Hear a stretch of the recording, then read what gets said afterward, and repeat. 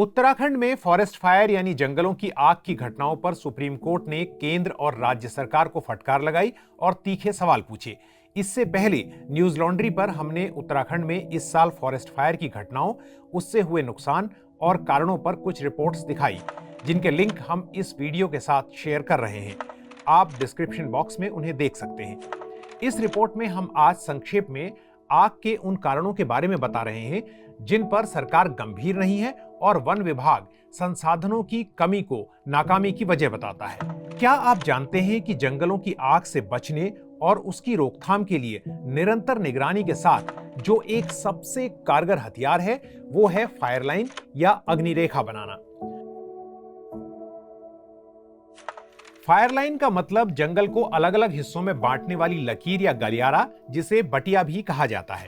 इसका मकसद एक हिस्से में लगी आग को दूसरे हिस्से में पहुंचने से रोकना होता है। ये जो है एक फायर लाइन है जिसमें दोनों ओर जंगल है और बीच के एक हिस्से को जिसे बटिया कहा गया, यानी पैसेज एक है, उसको साफ करके रखा गया ताकि आग फैले ना, और अगर फैले भी तो इतना वक्त दे दे कि रेस्क्यू करने के लिए लोग यहाँ पर उसको बुझाने के लिए पहुंच जाए। हमारे पूरा प्रयत्न रहता है हर दूसरे तीसरे दिन हम इसकी सफाई करें ताकि इसमें कोई भी ऐसा जो ज्वलनशील पदार्थ है वो ना रहे। उसमें कई तरीके की फायर लाइन होती हैं, 100 फीट की भी फायर लाइन होती हैं जहाँ पे रिजेस जो होते हैं उसमें हम बनाते हैं। तो 30 फीट की हमारी फायर लाइन है। ये बताना जरूरी है कि उत्तराखंड के वन भारत के सबसे समृद्ध और विविधता भरे जंगलों में हैं। यहाँ 27 रिजर्व फॉरेस्ट डिवीजन यानी वन प्रभाग हैं और इनके भीतर जंगलों को उनकी संवेदनशीलता के हिसाब से 3 वर्गों में बांटा गया है: हाईली सेंसिटिव, मॉडरेटली सेंसिटिव और लेस सेंसिटिव। फायर लाइंस की संख्या और लंबाई चौड़ाई इसी आधार पर तय होती है या होनी चाहिए कि जंगलों में आग का कितना खतरा है। जैसे जंगल अलग अलग तरीके के होते हैं, वैसे ही इन जंगलों में फायर लाइंस की संख्या और उनकी लंबाई भी अलग अलग होती है। जैसे गढ़वाल डिवीजन को अगर आप देखें तो वहां 29 फायर लाइन है अभी, जिनकी लंबाई कोई 100 किलोमीटर है।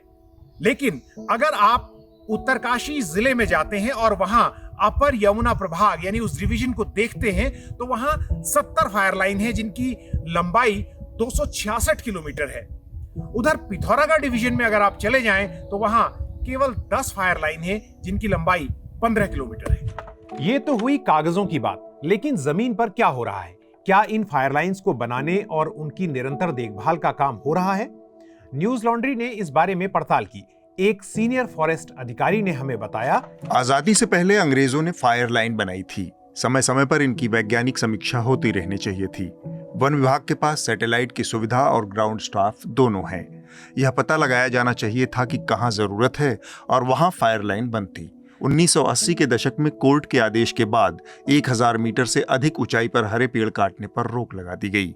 हालांकि अब यह रोक हट चुकी है, लेकिन इस कारण पहाड़ों में ऊंचाई पर जो फायर लाइनें थी उनमें कई जगह पर पेड़ उग गए, जंगल फैला और ये फायर लाइनें गायब हो गई। परिणाम यह है कि उत्तराखंड के कई वन प्रभागों में तो फायर लाइनें हैं ही नहीं। मिसाल के तौर पर पिथौरागढ़ वन प्रभाग के 7 फॉरेस्ट रेंज में, मुनस्यारी और धारचूला फॉरेस्ट रेंज में कोई फायर लाइन ही नहीं है, जबकि बेरीनाग और गंगोलीहाट में फायर लाइन आधा किलोमीटर से भी कम लंबाई की है। ये हाल कमोबेश राज्य के सभी फॉरेस्ट डिवीजनों का है।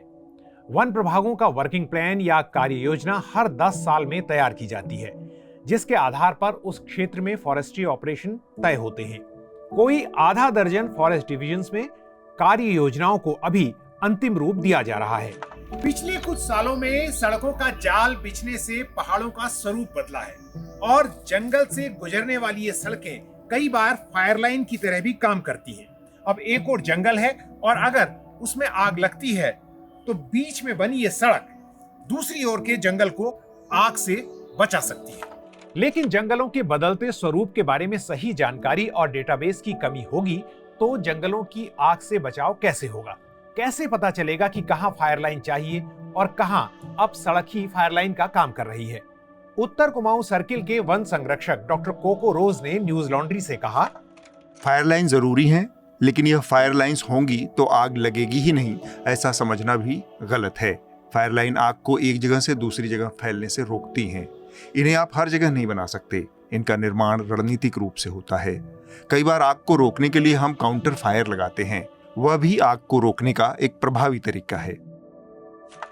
आखिर में जंगलों में आग का बड़ा संकट पलायन से भी पैदा हुआ है।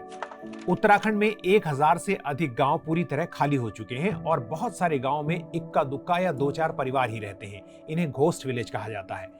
इन खाली होते गांवों में उग रही घास फूस आग के लिए पेट्रोल की तरह काम करती है। जलवायु परिवर्तन प्रभावों से खुश्क होता मौसम, जाड़ों में बरसात न होना और कम बर्फबारी, ये सभी कारण हैं जिनसे जंगलों की आग भड़क रही है। ऐसे में सामुदायिक भागीदारी ही जंगलों को बचाएगी। इतिहासकार और 50 साल से हिमालय का अध्ययन कर रहे शेखर पाठक का ये बयान हमारे नीति नियंताओं के लिए सबक होना चाहिए। आग बुझाने के लिए जो यूनाइटेड फ्रंट होना चाहिए था, यूनाइटेड फ्रंट किनका?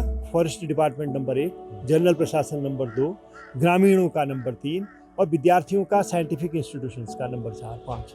जब तक इनका यूनाइटेड फ्रंट नहीं बनेगा आप आग नहीं बुझा सकते। अकेला फॉरेस्ट डिपार्टमेंट नहीं बुझा सकता, सरकार आग नहीं बुझा सकती, अकेला समाज नहीं बुझा सकता, अकेले विद्यार्थी नहीं बुझा सकते, अकेले आर्मी और वो भी नहीं बुझा सकते हैं। अब वो एक इस तरीके का आप दृश्य जरूर पैदा कर सकते हो कि एक बकेट ला करके आप किसी तालाब में से पानी ले जा करके वहाँ पर डाल रहे हो, लेकिन बहुत बड़ा आग नहीं बुझा सकता।